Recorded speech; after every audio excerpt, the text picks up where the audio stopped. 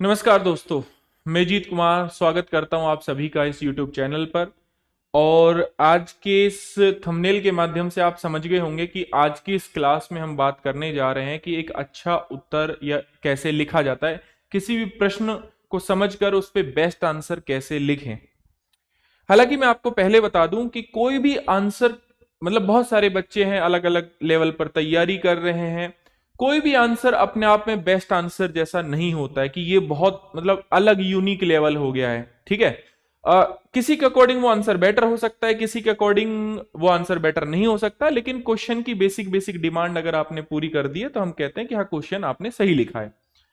अब ये डाउट बहुत सारे बच्चों को है, स्पेशली हिंदी मीडियम में जो बच्चे मुझसे पढ़ रहे हैं, तो बार बार मैं देख रहा हूं बहुत सारे टीम को मैसेज आ रहे हैं या मेरे को यहाँ पर अगर हम देखें टेलीग्राम पर, इंस्टाग्राम पर मेरे को बहुत सारे मैसेज आ रहे हैं कि सर क्वेश्चन नहीं लिखा जा रहा, हमसे एक प्रश्न नहीं लिखा जा रहा। तो सबसे पहले मैं यहां पर यह भी क्लियर कर दूं कि क्वेश्चन लिखना या प्रश्न लिखना जब यूपीएससी की आप तैयारी कर रहे हो, ये एंड स्टेज है, ये लास्ट प्रोसेस है। तो उससे पहले कौन से प्रोसेस हैं, पहले उनको तो कर लीजिए, उसके बाद एक अच्छा क्वेश्चन आंसर लिखना कोई बड़ी बात नहीं होगी। वो प्रोसेस कौन कौन से आई है, उन प्रोसेस को मैं बता रहा हूं। अगर इन प्रोसेस को आप कर रहे हैं, उसके बाद भी आपको प्रश्न लिखने में दिक्कत आ रही है, तब आप अपने जो डाउट्स हैं वो और अच्छे से पूछ सकते हैं। वो जो डाउट आपका और ज्यादा जेन्युइन बन जाता है कि सर मैंने ये सब कर लिया ऑलरेडी, इसके बाद भी मुझे नहीं आ रहा है। दिक्कत इस बात की है, बहुत सारे बच्चे सीधा answer writing per day one पे जंप कर रहे हैं, जबकि उन्हें ऐसा नहीं करना चाहिए। तो आइए बात करता हूं सबसे पहले कि भाई क्या प्रोसेस होना चाहिए एक अच्छी आंसर राइटिंग का, उसको लिखने, एक क्वेश्चन की डिमांड को मीट करने का पहला प्रोसेस क्या होना चाहिए। बहुत बेसिक से मैं आपको बता देता हूं कि भाई आपको सबसे पहले कंटेंट जो है, जो भी डिफरेंट डिफरेंट बुक आप पढ़ते हो, आइदर पॉलिटी, इको, ज्योग्राफी, जो भी एनसीईआरटीज आप पढ़ते हो, आप सबसे पहले टॉपिक वाइज पढ़िए और उस टॉपिक की नॉलेज गैदर करिए। ठीक है। जैसे पी वेव आप पढ़ रहे हो, एस वेव पढ़ रहे हो, प्लेट टेक्टोनिक्स पढ़ रहे हो, वेगनर की थ्योरी पढ़ रहे हो, सी फ्लोर स्प्रेडिंग थ्योरी पढ़ रहे हो, है ना, आप प्राइमरी रॉक्स पढ़ रहे हो, सेकेंडरी रॉक पढ़ रहे हो, टर्शियरी रॉक्स पढ़ रहे हो, अलग अलग टाइप की विंड्स पढ़ रहे हो। आप सबसे पहले उस कंटेंट को आत्मसात कीजिए, नॉलेज गैदर कीजिए। एटलीस्ट आप ये पता लगाने की कोशिश कीजिए कि भाई इसका बेसिक्स क्या है, क्या ये हमें आता है, उसका मल्टीपल रिवीजन आपको करना पड़ेगा। पहली बात तो ये, पहला काम ये करना है, जो कि फाउंडेशन में बहुत सारे बच्चे करते हैं खुद, या तो फाउंडेशन में जो फैकल्टी पढ़ा रहे हैं उनके नोट्स रिवाइज करते हैं, या फिर बहुत सारे बच्चे खुद से तैयारी करते हैं। दूसरा जो स्टेप है दैट इज कि हर जो सब्जेक्ट है, ठीक है, हर सब्जेक्ट की खुद की वोकेबलरी होती है। ठीक है। हर सब्जेक्ट की खुद की एक वोकेबलरी होती है। जब हम इको की, जैसे मान लो जब मैं डिजास्टर मैनेजमेंट की बात करता हूं, तो यहां पर सबसे पहले डिजास्टर क्या है भाई, वल्नरेबिलिटी क्या है, हैजार्ड क्या है, मिटिगेशन क्या है, एडेप्टेशन क्या है, ये उस सब्जेक्ट की एक पर्टिकुलर, हर सब्जेक्ट की अलग अलग एक अपनी वोकैब होती है। जब आप इन्वायरमेंट लिखते हो, क्लाइमेट चेंज की बात करते हो, तो वहां अलग कि भाई ये क्लाइमेट मार्केट क्या है ना, या फिर वी कैन से कि कार्बन मार्केट क्या है, बहुत सारी बेसिक बेसिक चीजें आप वहां पर समझते हो। तो मेरा ये कहना है कि भाई जब आप इको पढ़ रहे हो, ज्योग्राफी पढ़ रहे हो, आप सोसाइटी पढ़ रहे हो, इंटरनेशनल रिलेशन पढ़ रहे हो, एटसेट्रा एटसेट्रा, कोई भी सब्जेक्ट आप पढ़ रहे हो, तो ऐसा तो है नहीं कि सारे सब्जेक्ट पर कॉमन जो रूल है वो लागू हो रहा है। हर सब्जेक्ट की पर्टिकुलर वोकेबलरी होती है, और वो वोकेबलरी आपको डेवलप करनी पड़ेगी। जब आप आंसर लिख रहे हो, मान लो जीएस 3 में आप इको का आंसर लिख रहे हो, डिजास्टर मैनेजमेंट का आंसर लिख रहे हो, साइंस एंड टेक का आंसर लिख रहे हो, और साथ ही साथ इन्वायरमेंट का आंसर लिख रहे हो, तो वो सेम नहीं हो सकता है। इको की अलग वोकैब है, ज्योग्राफी सॉरी इन्वायरमेंट की अलग वोकेबलरी है, डिजास्टर मैनेजमेंट की अलग है। उन सबको आपको उन क्वेश्चंस में शामिल करना है। ठीक है। उन क्वेश्चंस में शामिल करना है आपको। जब हम क्लाइमेट चेंज की बात करते हैं तो हमारे दिमाग में ऑटोमेटिकली सस्टेनेबल डेवलपमेंट गोल की बात आ जाती है। नॉर्मली ये पॉलिटी में नहीं होएगा, पॉलिटी में ये नहीं आएगा, लेकिन सोसाइटी की जब हम बात करते हैं तो वहां भी उसको ऐड कर सकते हैं। लेकिन ज्यादातर केस में हम climate change, sustainable development goal, इन सब की इन्वायरमेंट में अच्छे खासे तरीके से चर्चा करते हैं। या रामसर कन्वेंशन केवल इन्वायरमेंट में आपको काम आ रहा है। या डिजास्टर मैनेजमेंट जब हम कह रहे हैं तो वल्नरेबिलिटी जो है वो डिजास्टर मैनेजमेंट में बहुत ज्यादा काम आ रही है आपको। कि कोई भी एरिया कितना हैजार्ड है, कितनी उसकी सुभेद्यता है वहां पर। तो हर सब्जेक्ट की खुद की एक वोकेबलरी होती है। एथिक्स में जैसे मतलब एथिक्स में भी बहुत सारी अपनी अपनी वोकेबलरी है, ठीक है। तो ये सबसे पहले वोकेबलरी आपको आपको डेवलप करनी पड़ेगी, ठीक है। तो अगर पहला काम क्या है, कोई भी टॉपिक है उस टॉपिक को पढ़िए अच्छे से। आज आप ऐसा करना, केवल कोई एक टॉपिक उठाना जिसपे मेंस का क्वेश्चन बनता है, एमएसपी उठा लेना, उस टॉपिक को अच्छे से पढ़ना, उसके इतने डायमेंशंस को ओपन करना जितने पॉसिबल डायमेंशंस हो सकते हैं।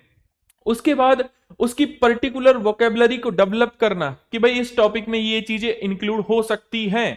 वहां पर आपको CACP, CCEA, A2, FL, C2 ये बेसिक चीजें आपको पता होनी चाहिए कि ये सारी चीजें क्या होती हैं। देन उसके बाद जब ये वोकेबलरी डेवलप हो जाएगी उस टॉपिक पे, और वो टॉपिक के बारे में जितनी भी रिकमेंडेशंस हैं वो सब चीजें आपको आ जाएंगी, तब उस पर एक क्वेश्चन लिखना, ठीक है। अब आता है अंडरस्टैंडिंग ऑफ क्वेश्चन। भाई क्वेश्चन ही समझ में नहीं आ रहा है, क्वेश्चन की बात आती है। अब जब आपके सामने क्वेश्चन रखा होता है, तो मान लीजिए एक पर्टिकुलर सब्जेक्ट आपका कंप्लीट हुआ, उसका क्वेश्चन रखा है आपके सामने, तो सबसे पहले मैं ये नहीं मान सकता कि वो क्वेश्चन आपको समझ में नहीं आ रहा है। अगर एक पर्टिकुलर सब्जेक्ट की अगर आप बात कर रहे हो, बहुत ज्यादा जटिल लैंग्वेज है तो शायद समझ में नहीं आएगा, बट बेसिक बेसिक एसेंस आपको उसका समझ में आ जाता है, ठीक है। तो एक क्वेश्चन जब आपके सामने है तो सबसे पहले कि क्या पॉसिबल पॉइंट्स उसमें लिखने हैं वो आपको डिफाइन करना है कि ये पॉइंट्स हैं, ये डिमांड को मीट करना है। सबसे पहले समझना है कि क्वेश्चन की डिमांड क्या है और इस डिमांड के अकॉर्डिंग क्या पॉसिबल पॉइंट्स हो सकते हैं, उनको रैंडम तरीके से बहुत जल्दी उसको सोचना है, ब्रेनस्टॉर्मिंग करनी है। इसलिए मैं हमेशा मेरी मेंटरशिप बैच में ब्रेनस्टॉर्मिंग पर ध्यान करवाता हूं, ध्यान धरवाता हूं लाख बार बार बार कि भाई ध्यान कर लो, पहले सोच लो कि टॉपिक है, इस टॉपिक को ऐसे समझना है, नहीं तो कुछ भी नहीं आएगा, कुछ समझ में नहीं आएगा, कुछ भी समझ में नहीं आएगा। बहुत सारे क्वेश्चन में इंट्रोडक्शन की जरूरत होती है। बहुत सारे बच्चे, जैसे मैंने बहुत सारे लाइक आज भी एक मेरे IRMS से बात हो रही थी, जिनको 2024 में रैंक मिला है, लेकिन उन्होंने बोला कि बहुत सारी जगह इंट्रोडक्शन छूट जाता है, नहीं मिलता है टाइम। लेकिन जब आपसे पूछा जाए कि मान लो एक आपसे पूछ लिया क्वेश्चन में MSP क्या है, मान लो ये पूछ लिया, तो आप क्या मतलब इसके पे क्या इंट्रोडक्शन लिखोगे? आपको रटी रटाई डेफिनेशन आनी चाहिए।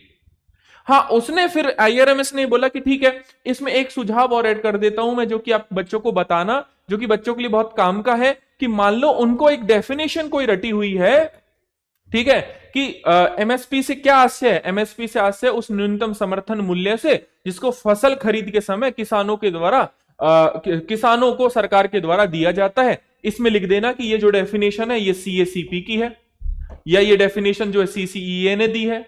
ऐसे पीछे अगर आप लिख दोगे, तो मैंने पूछा कि मतलब जो हमारा डिस्कशन हो रहा था तो इसी बात पे हो रहा था कि भाई ऐसे कैसे मतलब चलेगा कि हर ऑथेंटिक चीज पता है कि नहीं पता है।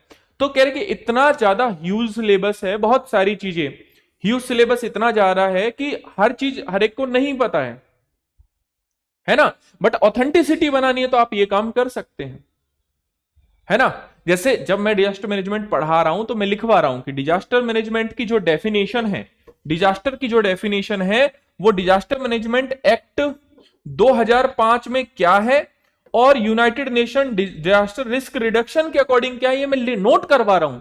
तो ये आपको हर चीज में ऑथेंटिक लिखने की आदत होनी चाहिए, हर चीज में ऑथेंटिक डेटा डालने की आदत होनी चाहिए, हर चीज में ऑथेंटिक पॉइंट ऐड करने की आपको आदत होनी चाहिए। ये बिल्ड करना पड़ेगा समय के साथ, और साथ ही साथ उसमें करंट अफेयर का रोल फिर आ जाता है ना। कि मान लो जुडिशरी और अभी जो एग्जीक्यूटिव या जो आपकी लेजिस्लेटिव है उसके बीच इश्यू चल रहा है, तो आपको पता होना चाहिए कि ये क्वेश्चन पूछा गया तो इस बिहाफ पे पूछा गया है। लिख दो इंट्रोडक्शन में कि रिसेंट टाइम में जगदीप धनखड़ साहब ने कमेंट किया था, इस कमेंट को लेकर जुडिशरी और लेजिस्लेटिव के बीच ये इश्यू हो रहा है। देन एग्जामिनर विल नो कि ये पढ़ के आया लड़का, या जो भी लड़की है जो पढ़ के आई है, बच्चा पढ़ के आया है, ठीक है। तो सबसे पहले क्या करना है कि भाई कंटेंट डेवलप करना है अपने माइंड में, उसको बार बार रिवाइज करना है, नॉलेज गैदर करनी है, जितनी पॉसिबल नॉलेज हो सके। उसके बाद हर सब्जेक्ट की अपनी एक वोकेबलरी है, हर सब्जेक्ट पर कहीं एक पर्टिकुलर, जैसे मैं आपको बताऊं ऑथेंटिक बात की जब मैं बात करता हूं कि ऑथेंटिक बात लिखनी है, तो ऑथेंटिसिटी कैसे आती है? जब आप नीति आयोग की बात लिखोगे, है ना। जैसे आज ही मैंने एक आर्टिकल डाला जब अनंतम आईएएस की साइट पर, तो वहां पर डेजर्टिफिकेशन था, तो डेजर्टिफिकेशन में यूएनसीसीडी की डेफिनेशन डाल दो आप। भाई सीएसीपी क्या कह रहा है ये बता दो आप। कोई रिपोर्ट का हवाला देते हुए चीजों को शुरू करो। मान लो फॉरेस्ट सर्वे ऑफ इंडिया 2023 की रिपोर्ट ये कह रही है ना। भाई यूनाइटेड नेशन के अकॉर्डिंग ये डेफिनेशन है। भाई यूनाइटेड नेशन जो जनरल असेंबली है उसने इस पर ये कहा है। तो बेसिक चीजें आपको पता होनी चाहिए। जब फूड सिक्योरिटी की बात करें तो एफओ एओ मान लो एग्जांपल के तौर पर, उनका ये कहना है, किसी मिनिस्ट्री का हवाला दे दो। तो ये ऑथेंटिसिटी आप जब नोट्स बनाते हैं, शॉर्ट नोट्स बनाएंगे, जो भी आपको जो कंसर्न फैकल्टीज हैं जिन्होंने आपको पढ़ाया है, फाउंडेशन जहां से भी आपने पढ़ा है, जब उसका दूसरा रिवीजन आप कर रहे हैं, जो शॉर्ट नोट्स बना रहे हैं, तो आपको गूगल को लेके बैठना पड़ेगा। आपको बगल में लैपटॉप रखना पड़ेगा और इधर अपने ये नोट्स रख के, और तीसरे जो नोट्स आप बेसिक फाइनल नोट्स जो बना रहे हो उसमें आपको चीजों को एनरोल करना पड़ेगा। आपको अपने आसपास की चीजों का भी पता होना चाहिए। जैसे एथिक्स को अगर हम देखें, ठीक है, अभी मान लीजिए दो एग्जांपल देता हूं। एक पीसीएस अधिकारी है, पीसीएस अधिकारी जो है वो 15,000 रुपए की रिश्वत लेते हुए पकड़ा गया, और एक महाराष्ट्र की एक लेडी पुलिस ऑफिसर या आईपीएस अधिकारी जो कि एक नेता जो है उनके दबाव में नहीं आई। कल को इस पे आपको एग्जाम्पल भी दे सकते हैं, अशोक खेमका का एग्जाम्पल भी दे सकते हैं। साथ ही साथ इस चीज पे आपको केस स्टडी देखने को मिल सकती है। तो अपने आसपास क्या घटित हो रहा है उससे आपको अवेयर रहना पड़ेगा, जो कि करंट अफेयर के माध्यम से मैं करवाता हूं आपको, ठीक है। लेकिन अच्छा उत्तर तभी आएगा जब आपके पास कंटेंट होगा। एट द एंड क्या मैटर करेगा कि भाई कंटेंट, उस सब्जेक्ट की वोकेबलरी, और कितना ऑथेंटिक लिख रहे हो, कितना ऑथेंटिक चीजों को नोट करके अपने एग्जाम में लिखने की कोशिश कर रहे हो। जब ये सब चीजें आ जाएंगी तब, और करंट अफेयर का एडिशन हो जाएगा, तब एक क्वेश्चन की डिमांड भी समझ में आएगी और क्वेश्चन को लिखने का अच्छे से तरीका भी आ जाएगा। जैसे एक क्वेश्चन मैं आपको अभी लिखवाता हूं, अभी उस क्वेश्चन के बारे में आपको बताता हूं। तो बहुत सारी चीजों को आप रट्टा मारना पड़ेगा। डिजास्टर मैनेजमेंट की डेफिनेशन क्या है? डिजास्टर मैनेजमेंट 2005 के अकॉर्डिंग उसका रट्टा आपको मारना ही मारना है। यूएनसीसीडी क्या कहती है डिजर्टिफिकेशन पर, उसका रट्टा मारना ही मारना है। कोई रिपोर्ट किसी चीज पर क्या कह रही है उसका रट्टा आपको मारना ही मारना है, ठीक है। तो वो चीजें आपको टॉपिक वाइज छांटनी पड़ेंगी। अब एक क्वेश्चन के माध्यम से आपको चीजें सॉल्व करवाने की कोशिश करता हूं। आपको बताता हूं कि एक क्वेश्चन की डिमांड को कैसे समझना है, क्वेश्चन को कैसे समझना है, उस क्वेश्चन पर किस तरीके से चीजों को वन बाई वन करके लिखना है। तो हम ऐसा, तब हम भविष्य में ये कर सकते हैं कि भाई अब हमारे पास, क्योंकि ऑलरेडी आपने, जैसे मान लो मैं मानता हूं कि आपने ज्योग्राफी, जो भी बच्चे वीडियो देख रहे हैं या जो भी पहली बार देख रहे हैं, मैं मानता हूं कि ज्योग्राफी आपने पढ़ी होगी। नहीं पढ़ी है तो आपको ये काम करना पड़ेगा, आपको बार बार पढ़ना पड़ेगा, बैठ के उस टॉपिक पर सोचना पड़ेगा। पढ़ने के बाद एक प्रोसेस जो है सोचना, उस पर तो हम ध्यान ही नहीं देते हैं, हमारा ध्यान नहीं जाता उस पर। तो सबसे पहले हमें क्या करना है कि इस क्वेश्चन को पढ़िए। ये क्वेश्चन यूपीएससी का क्वेश्चन है, पीवाईक्यू है। यूपीएससी ने इस क्वेश्चन में पूछा कि विश्व की प्रमुख पर्वत श्रृंखलाओं के संरेखन का संक्षेप में उल्लेख कीजिए। तो सबसे पहले यहां तक इस क्वेश्चन को समझते हैं। बहुत सारे बच्चे जो मेरे मेंटरशिप में है वो तुरंत इस क्वेश्चन को समझ जाएंगे, लेकिन आपको फिर भी ये दोबारा देखना है तो देख लीजिए, आपके लिए ही बेटर ही होगा।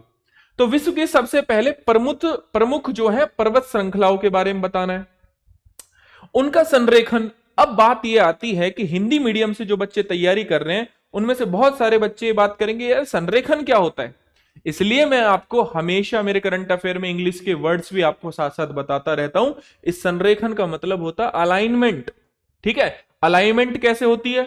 जैसे कि आपको लास्ट टाइम जब गौरव सर और मैं मेंटरशिप बैच ले रहे थे, गौरव सर ने एक एग्जांपल भी आपको दिया था कि अलाइनमेंट का मतलब कि भाई आपकी जो गाड़ी है उसके टायर का जो है अलाइनमेंट ठीक नहीं है, वो सीधा नहीं चल रहा है, अलाइनमेंट बिगड़ गया है उसका, ठीक है। बहुत सारे एग्जांपल आपको और अलाइनमेंट पर दिए थे आपको। तो अलाइन कैसे है आपका पर्वत? या तो वेस्ट टू ईस्ट है, नॉर्थ टू साउथ है, कैसे अलाइन है? यह है संरेखन का मतलब। प्रमुख पर्वत श्रृंखला में प्रमुख अगर आपको देखनी है तो भाई सबसे पहले आपके पास एग्जाम्पल पे हिमालय आना चाहिए। हिमालय के बाद मान लो आपके पास रॉकीज आना चाहिए, एंडीज आना चाहिए, आपके पास एटलस आना चाहिए, एटलस एटलस आना चाहिए, अपलेशियन आना चाहिए।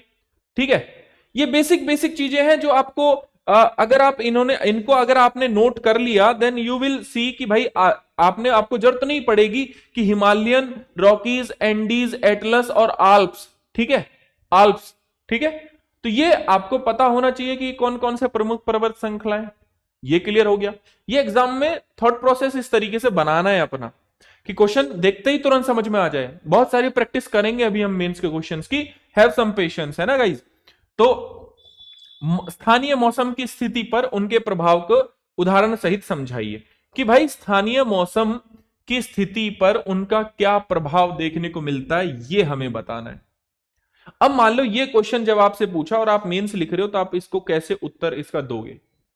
बहुत सारे बच्चों को जब मैं मेंटरशिप बैच 1 में और 2 में ये समझा रहा था तो बहुत सारे बच्चों को तो ये इसका आंसर ही नहीं पता। बहुत सारे बच्चों का आंसर छोड़िए, ये संरेखन का मतलब नहीं पता था कि सर क्वेश्चन ही समझ में नहीं आया। और ऑनेस्टली मैं आपको ये मतलब ऐसे नहीं बोल रहा हूं, मेरे को पता है, मतलब मेरे पास तो रिकॉर्डिंग भी है बैच की।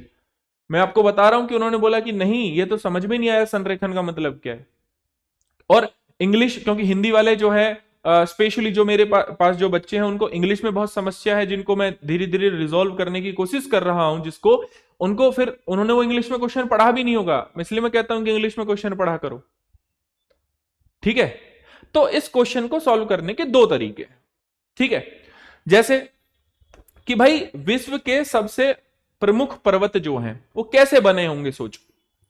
इसके लिए आपको पता होना चाहिए कि जो मेजर मेजर जो प्रमुख पर्वत हैं, जो प्रमुख पर्वत हैं, ठीक है, जो प्रमुख पर्वत हैं ये सब कैसे बने होंगे भाई। या तो ओशनिक कॉन्टिनेंटल और कॉन्टिनेंटल कॉन्टिनेंटल, इन दो प्लेट के टकराने के कारण ये बने होंगे। और इनका जो अलाइनमेंट है वो कैसा रहा होगा, नॉर्थ से साउथ रहा होगा, वेस्ट टू ईस्ट रहा होगा, ये डायरेक्शंस रही होंगी। इनको मिला के एक इंट्रोडक्शन बना दो, बेसिक इंट्रोडक्शन, कि विश्व के प्रमुख पर्वतों का निर्माण महासागरीय, महाद्वीपीय एवं महाद्वीपीय महाद्वीपीय प्लेटों के टकराने से हुआ है, एवं इनका संरक्षण उत्तर से दक्षिण और पूर्व से पश्चिम या पश्चिम से पूर्व देखने को हमें मिलता है। हो गया, ठीक है, बेसिक आपने लिख दिया, इंट्रोडक्शन में लिख दिया। अब मेन डिमांड, अब मेन डिमांड को मैं कह रहा हूं इस क्वेश्चन को दो तरीके से लिख सकते हैं। मेन डिमांड ये है कि सबसे पहले क्या पूछ रहा है, सबसे पहले क्वेश्चन में क्या पूछ रहा है कि प्रमुख पर्वत श्रृंखलाओं का संरेखण का संक्षेप उल्लेख कीजिए। प्रमुख पर्वत श्रृंखलाओं का संरेखण, ठीक है। तो भाई सबसे पहले हम संरेखण ही बता देते हैं। तो यहां पर हेडिंग डालनी है प्रमुख पर्वत श्रृंखलाओं का संरेखण, ये हो गया।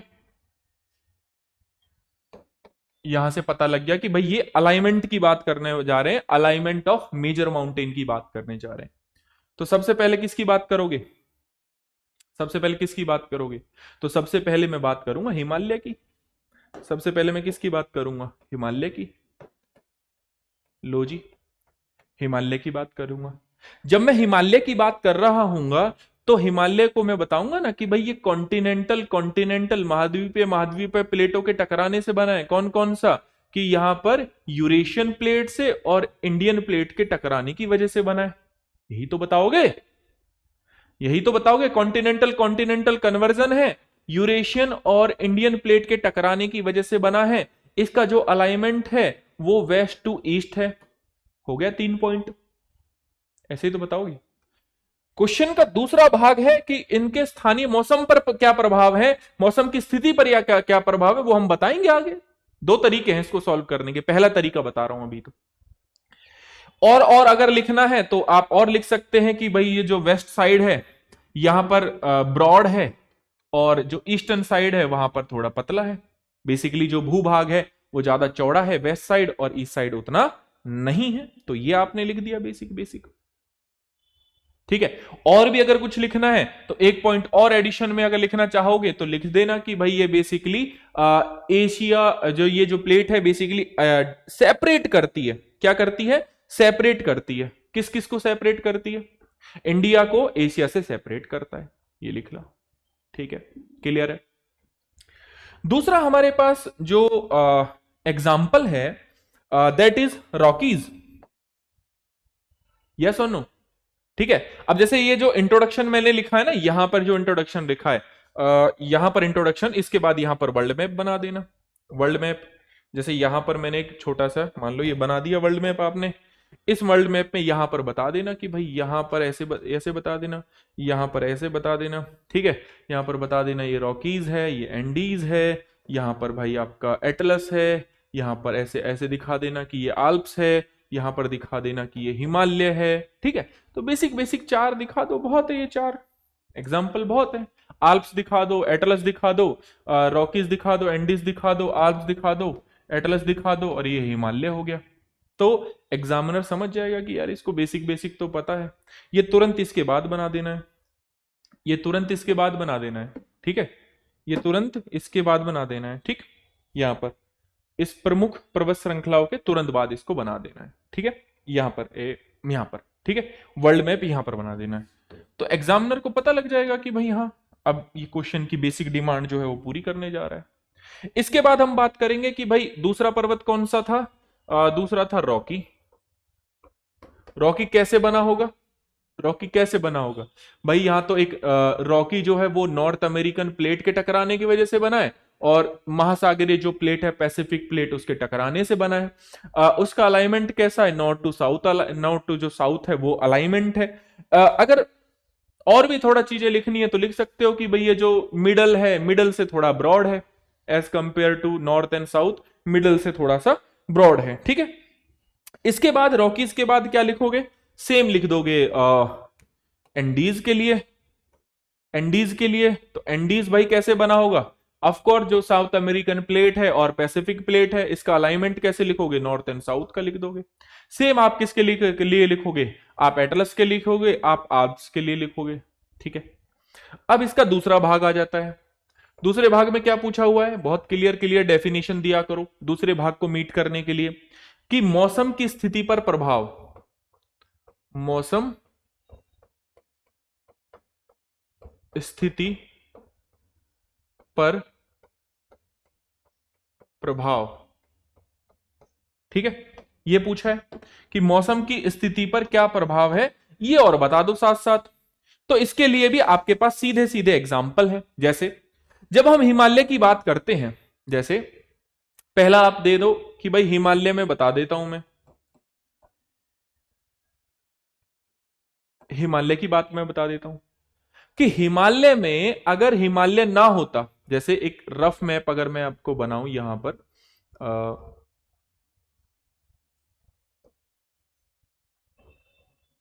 ठीक है, यहां पर एक मैं बनाऊं और यहां पर आपका हिमालय है ऐसे। ठीक है, अगर हिमालय ना होता, सोचो, तो यहां से आने वाला जो साउथ वेस्ट का जो विंड है, जो साउथ वेस्ट मॉनसून का जो विंड है वो आगे निकल जाता, तो यहां पर मॉनसून की वर्षा नहीं होती। जो मॉनसून से जो वर्षा होती है भारत में, स्पेशली उत्तर भारत के मैदानों में, गंगा ब्रह्मपुत्र के मैदानों में जो भारी वर्षा है, अगर हिमालय नहीं होता तो वो बारिश नहीं होती। यस और नो? होती कि नहीं होती? बिल्कुल नहीं होती। तो उसके बाद यहां पर हम कहते हैं कि भाई यहां से अगर हिमालय नहीं होता तो यहां से बेसिकली अगर हम देखें तो साइबेरियन जो विंड्स हैं वो आ जाती। तो साइबेरियन विंड से आके पूरा का पूरा जो मौसम है वो शीतलहर यहां पर दौड़ती आराम से, पूरा का जो पूरा मौसम है वो पूरे तरीके से बेसिकली अगर हम बात करें तो हिमालय के दक्षिण एशिया को शीतलहरों से नहीं, बेसिकली शीतलहरों से बचाता है बेसिकली, या फिर वी कैन से कि भारत को यहां शीतलहरों से बचाता है ये ऐसा हम लिख देते। दो ये हो गए। अगर ये नहीं होता, अगर ये नहीं होता तो आपने देखा होगा कि यहां पर जो वेस्टर्न डिस्टरबेंस होता है, जो वेस्टर्ली जो जेट स्ट्रीम आती है, तो यहां पर सर्दियों में जो आपको हरियाणा, स्पेशली हरियाणा पंजाब में बारिश देखने को मिलती है वो नहीं होती है ना। और भी इन फ्यूचर आपसे पूछना चाहे तो और भी समझ लीजिए कि भाई नॉर्थ, यहां पर जो वेस्टर्न घाट है, यहां पर आपका ईस्टर्न घाट है, ठीक है, यहां पर नॉर्थ ईस्ट वाला पोर्शन है, गारो, खासी, जयंतिया। तो आपको तुरंत से यह समझ में आना चाहिए कि साउथ वेस्ट मॉनसून जो है यहां पर आपका ओरोग्राफिक यानी कि पर्वतीय वर्षा करती है। क्यों? क्योंकि अब मैं बेसिक चीजें समझा ही देता हूं आपको कि यहां पर बेसिकली आपकी एयर असेंड करती है और यहां पर कंडेंसेशन होता है, बारिश होती है, जबकि लीवर्ड साइड सूखा रहता है, तो ये वाला क्षेत्र सूखा है। यहीं पर आप देखोगे तो साउथ वेस्ट मानसून ईस्टर्न घाट के पैरेलल चली जाती है और ये लीवर्ड साइड पूरे तरीके से सूखा रह जाता है, बारिश ही नहीं करती, पैरेलल चली जाती है। इसके बाद यहां पर अगर हम बात करेंगे नॉर्थ ईस्ट में, तो नॉर्थ ईस्ट में गारो, खासी, जयंतिया में फनेल इफेक्ट के थ्रू फुल बारिश करती है, एकदम चेरापूंजी में सबसे ज्यादा बारिश होती है। यहीं पर आपका अरावली है, अरावली के ये पैरेलली चली जाती है, तो यहां पर बारिश नहीं होती है और यहां पर भी नहीं होती है, तो यहां पर थार डेजर्ट बन जाता है आपका। बेसिक चीजें क्लियर होनी चाहिए। जब जितनी बेसिक चीजें क्लियर होंगी तब जाके हम कह सकते हैं कि हाँ भाई देखो, ये हमें पता है कि भाई हिमालय की वजह से अब क्या क्या हो रहा है। अब इसमें 4-5 पॉइंट बता दिए, जो आपके पास स्कोप है वो लिख लो, ठीक है, कि भाई मौसम पर क्या प्रभाव पड़ेंगे। तो पहला तो मॉनसून पर क्या लिख दो, पहले मॉनसून वाला पॉइंट लिख लो, ठीक है, ठीक है। अब आपके पास आपकी मर्जी है, क्योंकि आपने वहां पर दिखा दिया, अब डायग्राम बनाने की जरूरत नहीं है। तो आप क्या लिखोगे भाई, एक तो आपके पास मॉनसून के ऊपर लिख सकते हो, एक आप पश्चिमी विक्षोभ के ऊपर लिख सकते हो, और एक आप लिख सकते हो साइबेरियन जो विंड है, साइबेरियन हवाओं को रोकता है, ठीक है, ये आप लिख सकते हो। बेसिक बेसिक चीजें आपके पास पूरा का पूरा जो चीजें हैं वो ओपन है। आप लिख सकते हो वेस्टर्न घाट के बेसिकली बारे में, नॉर्थ ईस्ट में चेरापूंजी में जो बारिश होती है उसके बारे में लिख सकते हो, ये आपके पास हो गया। अब आ जाता हूं, अब आ जाओ आप एंडीज पर, एंडीज पर आ जाओ। अब एंडीज के बारे में आपको पता होना चाहिए, इमेजिनेशन होनी चाहिए एकदम बिल्कुल क्लियर, आपको डायग्राम मतलब माइंड मैप जो है वो क्लियर होना चाहिए, या वी कैन से कि भाई आपको वर्ल्ड मैप दिखाई देना चाहिए। अब एंडीज की जब हम बात करेंगे तो साउथ अमेरिका में जो एंडीज आपको देखने को मिलता है, ये कुछ इस तरीके से आपको देखने को मिल रहा है, ठीक है। यहां पर आपका एंडीज है, यहां से आपकी विंड्स आती हैं पैसिफिक से, तो यहां पर अगर आप देखोगे तो इस कोस्ट पे तो ये जो है क्या करती है, हवा बेसिकली जो मौसम आर्द्र मौसम है उसको रोक लेती है, बारिश इधर करती है, और इसकी वजह से यहां पर क्या डेवलप हुआ है, अटकामा डेजर्ट। कौन सा डेजर्ट डेवलप हुआ है, अटकामा डेजर्ट डेवलप हुआ है इसकी वजह से, ठीक है। किसकी वजह से, एंडीज की वजह से अटकामा डेजर्ट डेवलप हुआ है, ठीक है। ये वाली बात आपको याद होनी चाहिए। जब ये हो गया तो अब आ जाओ रॉकीज पर। रॉकीज पर अगर आप देखोगे तो अगेन पैसिफिक विंड जो है वो आ रही है, पैसिफिक विंड आ रही है, तो यहां से पैसिफिक विंड चढ़ती है, यहां लीवर्ड साइड है, लीवर्ड साइड है, तो अब यहां पर आपको एग्जांपल पता होनी चाहिए। जैसे सेंट एना जो विंड है वो आती है, और उस जो विंड लीवर्ड साइड जब ये उतरती है तो कैलिफोर्निया में जो वाइल्ड फायर है उसका सबसे बड़ा कारण बनती है, चिनूक है, ठीक है। वो क्या करती है बेसिकली जब भी आती है तो अपना इंपैक्ट डालती है, वहां के जो बर्फीले क्षेत्र है उनको पिघलाने में हेल्प करती है ना, बेसिकली टेम्परेचर को और ज्यादा, बेसिकली जब सर्दी है तो कम करती है ना, तो गर्म है। अब यहां पर सेंट एना विंड के बारे में आपको पता होना चाहिए रॉकीज के केस में, यस और नो। रॉकीज के केस में हो गया, एंडीज के केस में हो गया। अब बात करते हैं एल्प्स पर्वत की, या फिर चलिए एटलस की बात कर लेते हैं।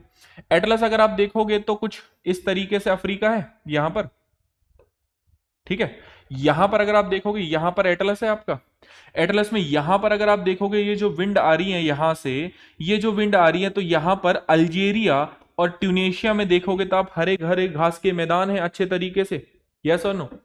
एटलस में अगर आप देखोगे तो मोरक्को और अल्जीरिया में, मोरक्को और अल्जीरिया में, है ना, अच्छे खासे हरे घास के मैदान है। यहां पर देखोगे तो आपको क्या मिलेगा, सहारा डेजर्ट मिलेगा, साहिल रीजन मिलेगा देखने को। साहिल रीजन अलग है, सहारा डेजर्ट अलग है। सहारा डेजर्ट में बहुत सारे जो एरिया है उनको मिला दें तो साहिल रीजन बनता है, खैर कभी और मैं उसके बारे में बात करूंगा। वहीं अल्प्स पर्वत की बात करें तो उत्तरी जो हवाएं हैं यूरोप की, दक्षिण की गर्म हवाएं हैं उनको आने से रोकती है। और इसकी वजह से अगर आप देखोगे तो आल्प्स पे बहुत सारे जो लाइक आपको जब स्कीइंग करते हैं, हिमनद जो है आपको देखने को मिलते हैं, पर्यटन आधारित शीत जलवायु जो है आल्प्स पे देखने को मिलती है। तो आपको ये एग्जाम्पल्स होने चाहिए, 3-4 एग्जाम्पल दे दोगे इनफ है। एंडीज दे दिया, हिमालय, एंडीज, रॉकीज और एटलस दे दिया, इनफ है, हो गया बस। और डायरेक्टली और इनडायरेक्टली मौसम को प्रभावित करते हैं, ठीक है, ये लिख के छोड़ दो, बस खत्म हो गया। अब दूसरा तरीका, भाई आपने बेसिक इंट्रोडक्शन दिया, जो मैंने बोला इंट्रोडक्शन आपने लिख दिया, यानी कि परिचय आपने लिख दिया। यहां पर आपने जो विश्व मानचित्र है या वर्ल्ड मैप है वो बना दिया, ठीक है, ये 2 चीजें हो गई। अब एक टेबल बना लो,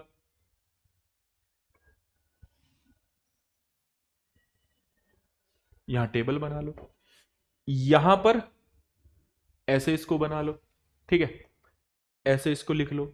यहां पर लिखो पर्वत, कौन से पर्वत की हम बात कर रहे हैं, ठीक है।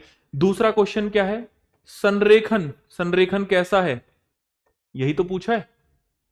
और तीसरा यहां पर पूछा है कि इसके मौसम पर प्रभाव, मौसम पर प्रभाव, यही तो पूछा है, ठीक है। अब क्वेश्चन दोबारा से पढ़ लेते हैं एक बार, कुछ छूट ना जाए।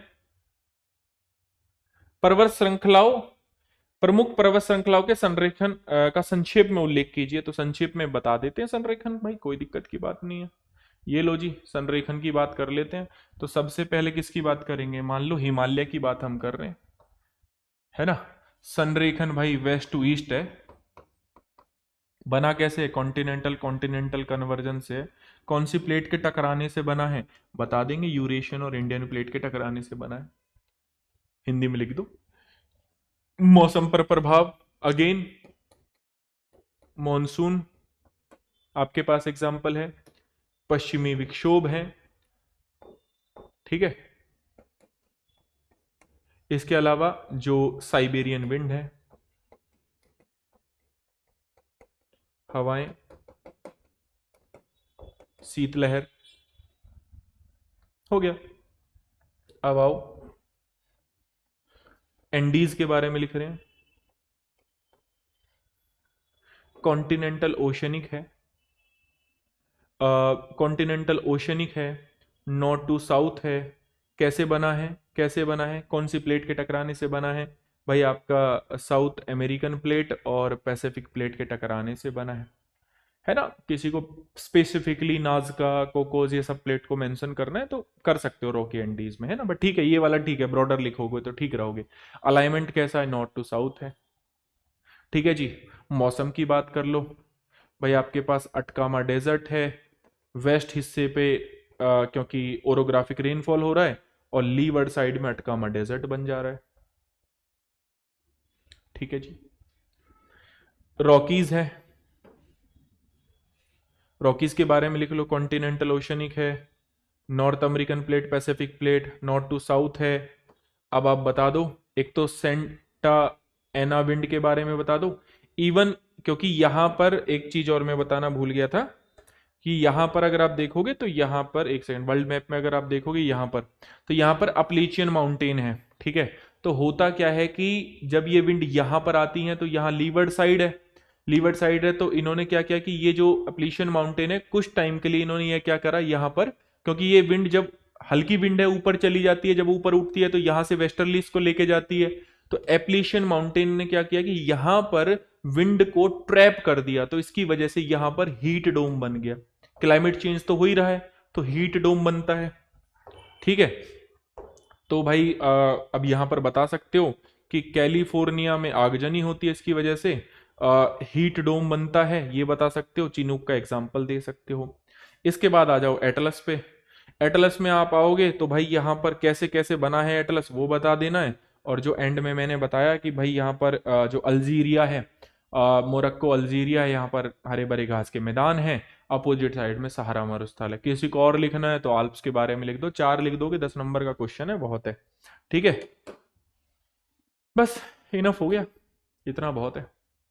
लेकिन ये आएगा कब, सवाल इस बात का है। सवाल ये है कि एक अच्छा उत्तर लिखने के लिए ये सारी चीजें जो आपने लिख दी हैं, जो आपको माइंड मैप आपने बना लिया है, ये सब आएगा कब, जब आप इन चीजों को फॉलो करोगे। कि सबसे पहले जो कंटेंट आपने पढ़ा है, हवाओं के बारे में जब आप पढ़ रहे हो तो आपने पढ़ा है कि ये लोकल विंड्स हैं, ये कुछ परमानेंट विंड्स हैं, मान लो ऐसे पढ़ रहे हो आप, तो विंड का इम्पैक्ट क्या है ये आप देख रहे हो, है ना। नॉलेज गैदर किया आपने, उस नॉलेज गैदर करके आपने एक अच्छा नोट्स बनाए, नोट्स बना के एक वोकेबलरी आपने बेसिकली ज्योग्राफी में डेवलप की, कॉन्टिनेंट बेसिकली प्लेट विवर्तनी की अच्छे से आपको पता है, इंटरलिंक है सारी चीजें। उसके बाद आपने क्वेश्चन की डिमांड जो है उसको समझा, सबसे पहले यहां पर क्वेश्चन की डिमांड को समझा, और क्वेश्चन की डिमांड को समझते हुए दो तरीके से सॉल्व करने का उसको सोचा। पहला ये नॉर्मल तरीका, और एक और तरीका समय बचाने के लिए इस तरीके से। तो दो तरीकों से हमने इस क्वेश्चन को लिखा, ठीक है। अब मैं दो तरीके से इसलिए लिख पा रहे हैं क्योंकि ऑलरेडी कंटेंट दिमाग में है, ऑलरेडी सारी चीजें दिमाग में हैं, इसलिए हम इनको दो तरीकों से लिख पा रहे, अदरवाइज नहीं लिख पाते, है ना। मान लो मैं जब आपको इंडिया में एग्जाम्पल दे रहा हूं वेस्टर्न घाट का, ईस्टर्न घाट का, फनल इफेक्ट के थ्रू नॉर्थ ईस्ट एरिया का, कि यहां पर चेरापूंजी में बहुत सारी बारिश हो रही है, गारो खासी जयंतिया में हैवी रेनफॉल हो रहा है, वेस्टर्न डिस्टर्बेंस का, तो ये सब ऑलरेडी पहले पढ़ा है, इसको आत्मसात किया है, इस पर काफी समय लगाया है। इसके बाद अब जब क्वेश्चन पूछेगा या अब जब मैं क्वेश्चन प्रैक्टिस करूंगा, बिलीव मी गाइज, आप आराम से करके लेके चले जाओगे, हर क्वेश्चन को टैकल करके लेके चले जाओगे। इसलिए यूपीएससी की तैयारी में समय लगता है। तो जो बच्चे सोचते हैं कि डे 1 पे मैं आंसर लिख लूंगा, वो बहुत ही गलत सोचते हैं। पहले आप पढ़िए, चीजों को आत्मसात करिए, आप टॉपिक वाइज अगर पढ़ रहे हैं तो उसी टॉपिक पर अपने नोट्स निकालिए, नोट्स निकालकर उनको समझ लीजिए, सारे डायमेंशंस को समझने के बाद क्वेश्चन लिखिए। बिलीव मी, आप आराम से क्वेश्चन लिख के लेके चले जाएंगे। लेकिन डे 1 पे बिना कुछ पढ़े, बिना कुछ चीजों को समझे अगर आप सोचते हो कि मैं क्वेश्चन लिख लूंगा, so it is not possible. I know ये वीडियो थोड़ा सा लेंदी हो गया है, बट यहां बहुत कुछ सीखने को आपको मिलेगा, ठीक है। Thank you so much everyone. इसी टाइप के जो टॉपिक्स हैं उस पर मैं मिलता रहूंगा, और आंसर राइटिंग की कुछ समय बाद मैं आपको क्लास भी दूंगा, ठीक है। Thank you so much.